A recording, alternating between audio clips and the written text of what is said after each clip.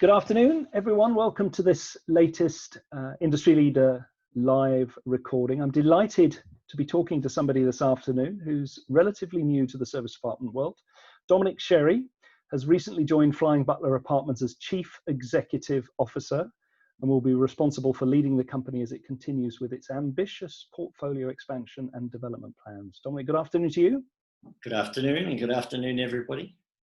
Thanks for joining us. Tell us a bit about yourself, Dominic, and your experiences and how you've arrived at this point, probably the worst point in our in our history as an industry. But tell us a bit about that. It'd be really interesting to hear. Yeah, so I'll do it quickly. I don't want to bore you all, but obviously from New Zealand, left New Zealand well over 30 years ago and lived in I think 7 or 8 countries around the world. Hotel, basically. Hotels for Marriott for 27 years, joined with Hilton for 3, and airline before that. So as I said, kind of mainly sales and marketing. So I ran sales and marketing for Asia Pacific, Latin America, lived in the US, lived all over Asia, but probably 18, 19 years of my life in Asia Pacific, based in Hong Kong. I've just spent the last 3.5 years in the UAE, based in Dubai. And a operations side of it, out of sales and marketing. So I was a general manager for the JW Marriott in Dubai, and then I ran a portfolio of about 40 hotels in the UAE, including Dubai, Abu Dhabi, etc. Came back over here with my wife and family, and kind of walked into this. I took on this role with Flying Butler as a kind of a advisor, coming in for a few months to kind of help them out, and from a hotel kind of lens. Started in February, and then bang, we're straight into the pandemic. So I've now helped and supported them through the pandemic, and and now from the 1st of September, I'm the CEO. So things happen, and things happen for a reason. So it's a great thing. So, but we're really tough times, and hopefully my background can support kind of what we're trying to achieve going forward. And so what is Flying Butler doing then to sort of weather this storm? I mean, we're hoping we're coming out of it. Who only knows where we are in this process? But what are you doing to weather, and then looking ahead to some point where we hope we're going to exit the problems and the challenges? So we, as I said, I came in early February, looked at this and kind of looking at the business. And it's very different from the hotel industry, which I'll explain a little bit later. But, when this started to kind of raise its ugly head, we could see that there was a storm ahead of us. And I've been, just background wise, I sat in Hong Kong through SARS. I've been through SARS, bombs, bird flu, coups, everything. So I've been through a lot of adversity. So I suppose that experience kicked in. We really started to move. We moved really quickly, to be honest. We started talking to landlords and said, we've got a storm ahead of us. We need some support. So pretty much we had a good kind of track record with them. Flying Butler's been around for 20 odd years, and great track record with a number of landlords. So that was a good conversation to have. And we kind of led that. Then it was just, we had to look at cost. We just really cut costs as much as we could. That was either through slimming down our organization and units. As some of you will know, Flying Butler acquired ESA last year. So it was really just making sure that it was a time for us to look at the portfolio, the inventory, and kind of shore that up a little bit. But the number one thing, or there's 2 other things. One was looking after our people, obviously, our staff, and making sure that we're traveling through that. The whole government furlough thing helped for sure.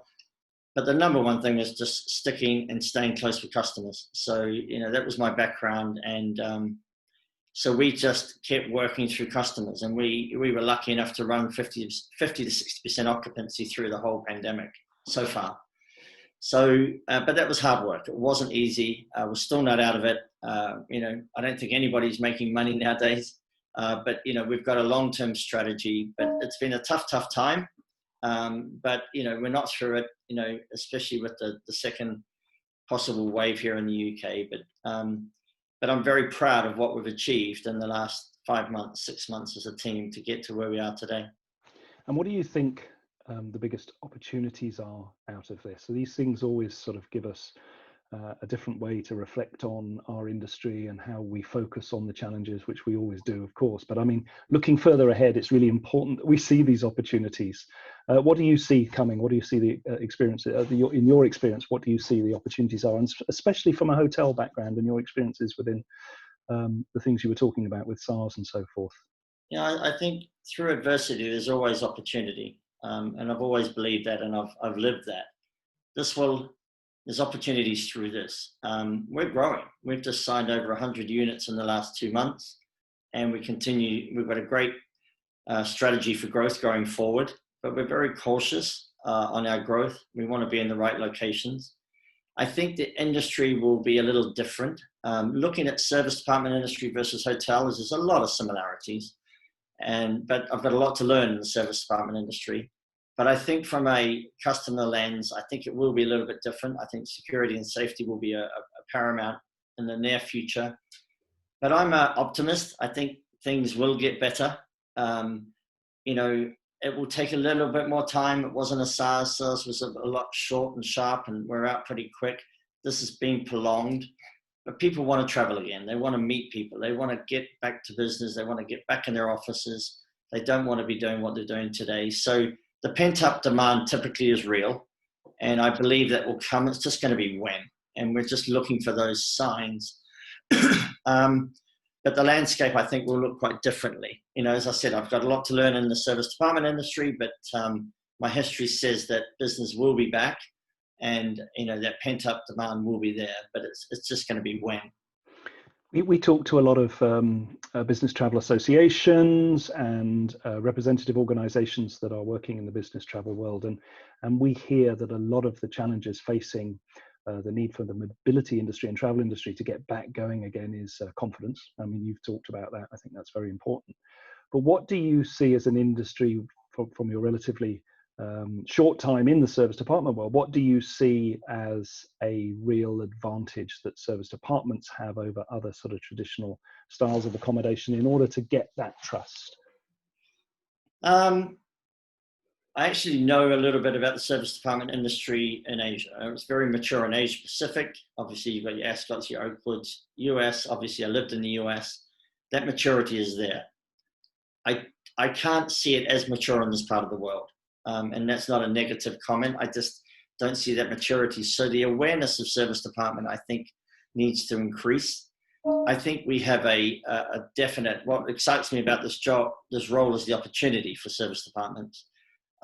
Because not just because of COVID and safety and all that type of thing. I think there's a definite customer that would suit this market and definitely does that. But I would hope that we continue on the road of the long stay, typically the 30 days. I think as we sit through this pandemic, that's changed somewhat. Our 30 days has shrunk to shorter stays, and it's not our typical customer. But going forward to that, corporate housing type of thing, I believe is huge potential, especially in the UK. And that's our overall objective, and our strategy going forward is to really look for those type of customers that are looking for those solutions of that corporate housing 30 days plus. So huge potential. I feel for my brothers and sisters in the hotel world. It's really, really tough for them. They have not run through the pandemic at 50 and 60% occupancy. They've run at very low, a lot lower than that. So it's going to be tough for all of us, but I see service departments being a real strong solution in the near and long-term future, if you like. And it's nice to be talking to an optimist. I have to say, we're hearing so well, much. You have to be. There's so much pessimism coming in that I'm hearing on a daily basis from. You have to be optimistic.